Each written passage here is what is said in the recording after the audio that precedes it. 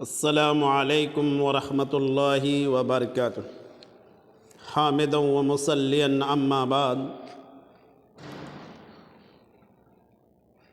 اعوذ باللہ من الشیطان الرجیم، بسم اللہ الرحمن الرحیم۔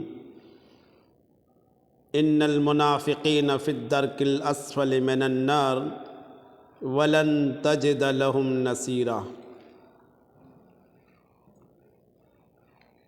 عزیز طلبہ، آج کا محاضرہ یہ چھٹا محاضرہ ہے۔ اس میں آپ پڑھیں گے نفاق عملی۔ اس سے پہلے آپ نے نفاق اعتقادی پڑھا ہے۔ آج کے محاضرہ میں نفاق عملی۔ نفاق کی دو قسم ہیں، یاد رکھنا، نفاق اعتقادی اور نفاق عملی۔ تو نفاق اعتقادی آپ نے پڑھا، آج نفاق عملی پڑھیں گے۔ آئیے میں اس کتاب کی عبارت کو پہلے میں پڑھتا ہوں۔ نوع ثانی نفاق عملی، دل میں ایمان کی بقا کے ساتھ منافقین کے اعمال میں سے کوئی ایسا عمل کرنا جو کفر تک نہ پہنچتے ہوں۔ یہ دین سے خارج نہیں کرتا، لیکن اس کا وسیلہ ہے۔ نفاق کے بعض اوصاف کے ساتھ اس سے متصف شخص میں ایمان ہوتا ہے۔ یہ اس کا مفہوم ہے۔ نفاق عملی، اس سے ایمان سے انسان خارج نہیں ہوتا ہے، لیکن یہ ضرور ہے کہ نفاق عملی سے ایک چور دروازہ نکلتا ہے نفاق تک پہنچنے تک کے۔ نفاق تک پہنچنے کے لیے ایک چور دروازہ ہے، ایک وسیلہ، ایک سبب، ایک وجہ بنتا ہے، اور آدمی نفاق میں مبتلا ہوتے ہوتے، نفاق عملی میں مبتلا ہوتے ہوتے وہ نفاق اعتقادی میں بھی جا سکتا ہے۔ اور نفاق اعتقادی کیا ہے؟ انسان کو دین سے خارج کر دیتا ہے اور کفر میں داخل ہو جاتا ہے۔ انہی لوگوں کے بارے میں اللہ تعالیٰ نے ارشاد فرمایا سورہ نساء آیت نمبر 145 میں، ان المنافقین فی الدرک الاسفل من النار ولن تجد لهم نصیرا۔ بے شک منافقین جہنم کے سب سے نیچے طبقے میں ہوں گے، اور وہاں اس کا کوئی مددگار نہیں ہوگا، نہ وہ کوئی مددگار پائے گا۔ کافروں، مشرکوں، بدعتوں اور فسادیوں، ان تمام لوگوں سے زیادہ خطرناک عذاب منافقین کا ہوگا۔ جہنم کے سب سے نیچے طبقے میں یہ لوگ ہوں گے۔ اس لیے ہمیں نفاق اعتقادی کے ساتھ ساتھ نفاق عملی سے بھی بچنا چاہیے۔ نفاق عملی، نفاق بھی ہمارے اندر نہیں پایا جانا چاہیے۔ یہ منافق کی نشانی میں سے ہے۔ آگے اس کی مثال، یعنی نفاق عملی کی ایک مثال یہاں سامنے پیش کی گئی ہے حدیث کی روشنی میں۔ وہ یہ ہے کہ انسان جب کسی بات کا وعدہ کرے، اس کی نیت اس وعدے سے بے وفائی کا، یعنی وعدہ کرتا ہے لیکن دل میں اس کی نیت ہے کہ اس وعدے کے خلاف ہم کریں گے، یعنی وعدہ پورا نہیں کریں گے، وعدہ وفا نہیں کریں گے، پورا نہیں کریں گے۔ دوسری چیز یہ ہے کہ انسان بات کرے اور اپنی بات میں جھوٹ بولے۔ جب بھی کسی سے بات کرے، صداقت کے ساتھ نہیں، سچائی کے ساتھ نہیں، امانت داری کے ساتھ نہیں، بلکہ اپنی بات میں وہ جھوٹ بولے، لیپ پوت کر کے بولے۔ تیسری نشانی تیسری علامت، کسی انسان کے پاس کسی معین خاص چیز کی امانت رکھی جائے تو وہ اس امانت میں خیانت کرے۔ یہ منافق کی تین نشانی اللہ کے نبی صلی اللہ علیہ وسلم نے ارشاد فرمایا، قال النبی صلی اللہ علیہ وسلم آیت المنافق ثلاث، اذا حدث کذب واذا وعد اخلف واذا اؤتمن خان۔ یہ اللہ کے نبی ارشاد فرما رہے ہیں کہ منافق کی تین نشانی، منافق کی تین علامتیں ہیں، جب بات کرے تو جھوٹ بولے، جب وعدہ کرے تو وعدہ خلافی کرے، خلاف ورزی کرے، اور جب اس کے پاس امانت رکھی جائے تو خیانت کرے۔ یہ نفاق عملی ہے۔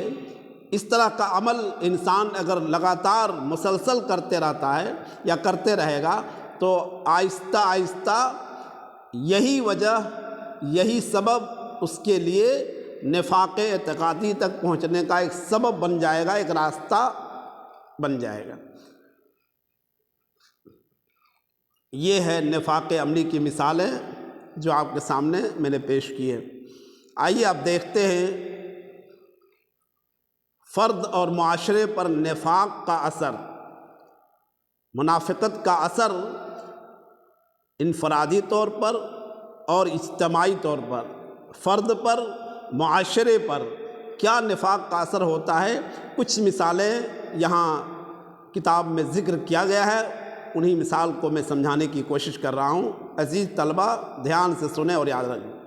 پہلے میں عبارت پڑھتا ہوں۔ نفاق کی دو انواع ہیں، نفاق کی دو انواع کے بڑے برے اثرات ہیں، اور فرد اور معاشرہ دونوں کے لیے بے حد خطرناک ہے۔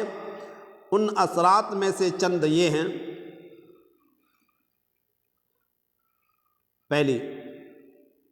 پہلی اثر یا معاشرے پر پہلا اثر، اگر نفاق اعتقادی ہو تو انسان کا اسلام سے خارج ہو جانا اور اس کا جہنم میں داخل ہونا اور بدترین عذاب میں مبتلا ہونا، یہ نفاق اعتقادی کا ہے۔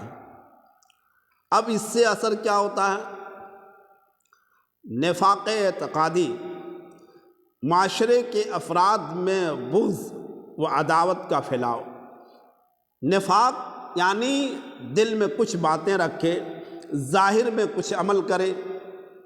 جب یہ معاشرے میں لوگوں کو پتہ چلتا ہے کہ ان کا دلی ارادہ کچھ اور ہے، دل میں اس کا عزم کچھ اور ہے، دل کا مقصد کچھ اور ہے، عمل کچھ اور کرتا ہے، یہ تو معاشرے پر کیا ہے؟ آپس میں بغض پیدا ہونے لگتا ہے۔ آپس میں جو الفت ہونی چاہیے، المسلم اخو المسلم کے اندر بھائی چارگی، محبت، الفت، انسیت جو ہونی چاہیے وہ باقی نہیں رہتی ہے، بلکہ اندرونی طور پر بغض، حسد پیدا شروع ہو جاتی، عداوت شروع ہو جاتی ہے اندر اندر۔ پھر وہ عداوت آگے چل کر کے ایک بہت بڑا فساد کی شکل میں ابھر آتا ہے، تو یہ معاشرے پر بہت برا اثر ہوتا ہے۔ اس لیے آدمی جو کام کرے سچائی کے ساتھ، جو عمل کرے صداقت کے ساتھ، جو بھی ارادہ رکھے نیک نیت کے ساتھ ارادہ رکھے اور اپنے ارادے کو ظاہر کرے کہ مجھے یہ ارادہ ہے، میں یہ کرنا چاہتا ہوں، تاکہ عوام دھوکہ میں نہ رہے۔ نفاق کا ایک معنی دھوکہ ہے، ظاہر میں کچھ کرے اور دل میں ارادہ کچھ ہو۔ نفاق کا ایک معنی دھوکہ ہے کہ لوگوں کے ساتھ دھوکہ دینا۔ یہی وجہ ہے اللہ رب العالمین نے کہا یخادعون اللہ والذین آمنوا وما یخدعون، کہ وہ لوگ اللہ اور ایمان والوں کو دھوکہ دینا چاہتے، خود بخود وہ دھوکے میں ہے، دنیا کی زندگی کو بنانے کے لیے آخرت کی زندگی خراب کر رہے ہیں۔ لہذا منافقین کے وجہ سے معاشرے میں، سماج میں، افراد میں، قوم میں، ملت میں وہ بہت بغض، عداوت پھیلنے لگتا ہے، آپس میں نفرت پیدا ہونے لگتی ہے۔ پھر نفرت کے بعد آگے بہت ساری کمزوریاں آ جاتی ہیں۔ دوسری مثال، معاشرے کی کمزوری، جب ایسی باتیں ہوتی ہے آپس میں بغض عداوت پھیلنے لگتا ہے تو معاشرہ کمزور ہونے لگتا ہے۔ جہاں اتحاد، جہاں آپس میں متحد ہوتی ہے وہاں ایک طاقت بنی رہتی ہے، وہاں طاقت بنی رہتی ہے۔ اسی لیے اللہ رب العالمین نے قرآن عزیز میں فرمایا ہے کہ تم آپس میں مل کر رہو، اللہ کی رسی کو مضبوط سے تھام لو اور آپس میں اختلاف نہ کر رہو، ورنہ تمہاری ہوا اکھڑ جائے گی۔ مطلب تمہاری جو طاقت ہے، اجتماعی طاقت ہے، قوت ہے، وہ سب ختم ہو جائے گی، تمہارے اندر کمزوری آ جائے گی، پھر دوسری قوم یا دوسرے لوگ تمہارے دشمن تم پر حملہ کر بیٹھیں گے۔ تو معاشرے کی کمزوری اس سے معاشرے میں کمزوری پیدا ہوتی ہے اور پھوٹ پیدا ہوتی ہے، اور اس کے اطراف ارد گرد کے خطرات مقابلے کی عدم قدرت ہو جاتی ہے، یعنی کسی اور خطرے کا جو آنے کا اندیشہ ہے اس کے مقابل نہیں کھڑا ہو پاتے ہیں، طاقت نہیں ہوتی ہے۔ لہذا یہ چند مثالیں آپ کے سامنے تھیں جو میں نے پیش کی ہے۔ اب آئیے مشق میں کچھ سوالات ہیں، ان سوالات کا حل کرتے ہیں۔ آپ ان سوالات کا حل کر کے رکھیں گے، انشاءاللہ امتحان میں اسی سے پوچھا جائے گا۔ نفاق کی لغوی اور شرعی تعریف کرو۔ میں نے بتایا نفاق کی لغوی اور شرعی تعریف دونوں بتایا ہے۔ دوسرا سوال ہے دین کے لیے زیادہ خطرناک کون ہے، کفار یا منافقین؟ پھر کیوں ہے؟ اگر کفار ہے یا منافق ہے تو کیوں زیادہ خطرناک ہے، یہ بھی لکھنا ہے۔ نفاق اکبر کیا ہے؟ نفاق اکبر کیا ہے، اس کی تعریف کرو اور اس کی انواع کا ذکر کرو۔ اس کے کتنی قسمیں ہیں، نفاق اکبر کی کتنی قسمیں ہیں، اس کی پہلے تعریف کرنا ہے، اور اس کے کتنے کیا ہے، اس کے کتنے قسمیں اس کا بھی ذکر کرنا ہے۔ نفاق عملی کیا ہے، اس کی مثال بیان کرو۔ نفاق عملی کی جو مثال کتاب میں ذکر کیا جو ابھی میں نے بتایا اس کو بھی بتانا ہے۔ یہ سوالات ہیں مشق کے طور پر، تم ان سوالات کو ازبر یاد کرنا مثالوں کے ساتھ، اور نفاق کے لغوی اور شرعی تعریف کے ساتھ یاد رکھنا ہے۔ اللہ تعالیٰ سے دعا ہے کہ اللہ تعالیٰ ہم تمام لوگوں کو نفاق جیسی بیماری سے بچائے، حفاظت فرمائے، ہمارے دلوں میں خلوص پیدا کرے، للہیت پیدا کرے، جو عمل کریں، جو بات کریں، جو بھی کریں اس کے اندر اخلاص ہو، للہیت ہو، رضائے الہی شامل ہو، دکھاوا، ریاکاری، شہرت نہ ہو۔ اللہ سے دعا ہے اللہ تعالیٰ ہم تمام طلباء کو قرآن و سنت پر عمل کی توفیق عطا فرمائے، اور ہر طرح کی ریاکاری سے، نفاق سے، شہرت طلبی سے ہم سب کو بچائے۔ السلام علیکم ورحمۃ اللہ وبرکاتہ۔